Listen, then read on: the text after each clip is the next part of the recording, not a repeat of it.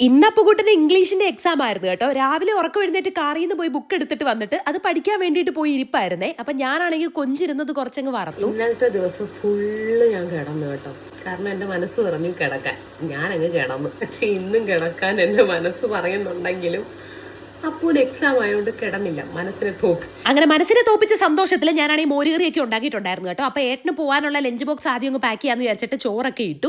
ചമ്മന്തിയൊക്കെ ഞാൻ അരച്ചിട്ടുണ്ടായിരുന്നു കേട്ടോ. അത് ഉരുട്ടി അങ്ങ് വെച്ച് കൊടുത്തു. ഉരുട്ടി എന്ന് പറഞ്ഞത് ചീത്തയൊന്നും ആവത്തില്ല, അവിയൽ കൊള്ളത്തില്ലായിരുന്നു കേട്ടോ. 2-3 കുറച്ച് ദിവസമായി ഞാൻ അതിൻ്റെ കഷ്ണം അരിഞ്ഞ് വെച്ചത്.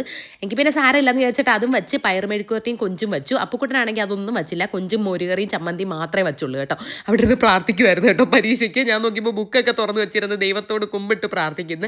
എന്നിട്ട് അച്ഛനോട് വിളിച്ച് പറയുന്നത് കേട്ട്, എടാ കള്ളൻ അച്ഛാ എനിക്ക് വരുമ്പോൾ പപ്സ് കൊണ്ടുവരണേന്ന്. അങ്ങനെ അവനെ വിട്ട് തിരിച്ച് വീട്ടിലെത്തിയപ്പോൾ ആ മുകളിലോട്ട് നോക്കിയിരിക്കുന്ന അവിടെ ഒരു കിളിയെ പിടിക്കാനുള്ള ഇതായിരുന്നു. കയ്യോടെ ഞാൻ അവളെ ഓടിച്ചു വിട്ടു കേട്ടോ. പിന്നെ ഏട്ടനെയും പറഞ്ഞു വിട്ട് ഞാൻ പോയി കിടന്ന് ഉറങ്ങി. Tata bye, see U.